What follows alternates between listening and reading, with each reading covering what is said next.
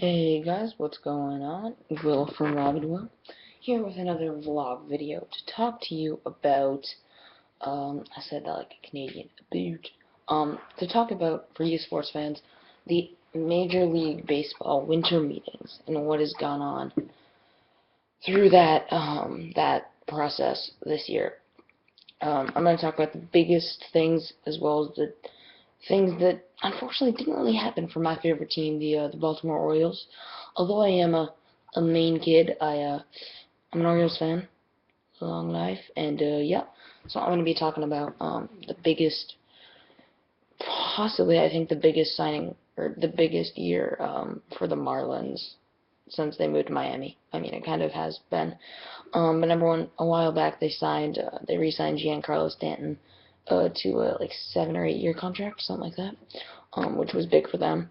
They also acquired who was it? Oh, what's his name? Yeah, so this was the Dodgers Marlins 7 player trade. So they got D Gordon and Dan Herron, and Miguel Rojas which is great. I think for Miami. For the Dodgers, I do not think that was a good trade, only because D Gordon was was a really great player for them, and I think that excuse me, I just burped. I think that he was one of the key players in the past couple of years of building a really nice team and a good team, as well as Dan Herron.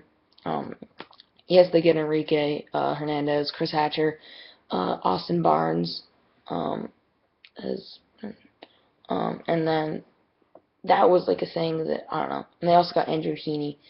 However, Heaney was then traded for Howie Kendrick to to the Angels, which I was in between about. I wasn't sure whether I like that trade for the Angels, only because I think that Howie Kendrick was kind of the same as D Gordon, just a really solid player.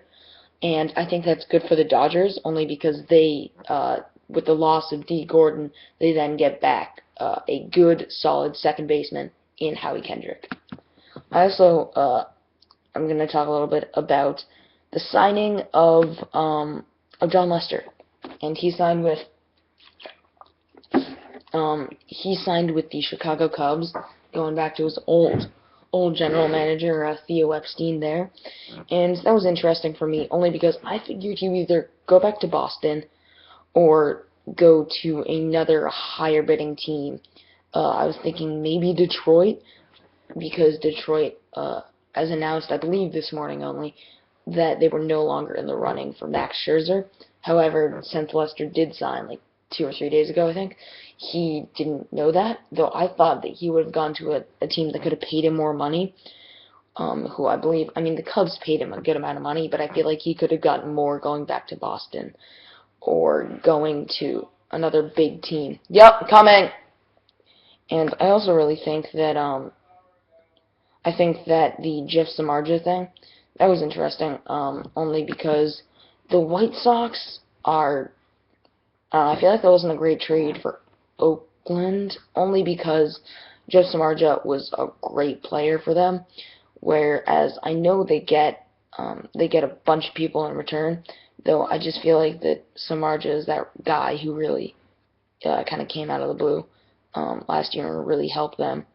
And they lost John Lester, obviously, and that was a big thing. So I felt like they kind of needed to stay and keep Samardzija, although they didn't in this 2014 winter meetings. I also want to talk about real quick about Max Scherzer not signing with anyone. I think it was the third biggest thing that's happened, because he's asking $200 million for, I believe, like 7 years, which is just I don't know. I think that he could easily get like 170. I think he would have been signed if he had gone at 170 mil with any team he wanted. And I'm a little bit disappointed that no one has offered to get him, like take him. I really hope Baltimore will, although I doubt they won't, only because of the fact that they already have a really good starting pitcher roster. I mean, they have potential. With Ubaldo Jimenez, and their crew there, and they've been set to do a couple of trades, although they haven't gone through. They also did lose Nick Markakis to the Braves, which was unfortunate, as well as losing Nelson Cruz to Seattle for 4 years. And Baltimore had offered Cruz an offer that was equal to Seattle's, although it was a month earlier, and he didn't take it. So it was kind of obvious that he did not want to return to Baltimore, which was a little bit disappointing considering the year that they had last year. But it was understandable, knowing that he's a guy who shifts around, and he wanted a team that he thought could win a championship, and it seems that he didn't think they could win a championship, though I disagree. And they didn't have almost anything happen during these winter meetings, which was a bit disappointing, but it makes sense because they're setting up things to happen. But this was my quick little rundown of the MLB winter meetings for this year, and if you leave a like, that'd be awesome, and tell me in the comments if you'd like more like analysis of different trades and sports things. You can definitely tell me that in the comments. And so yeah, have an awesome day, you guys.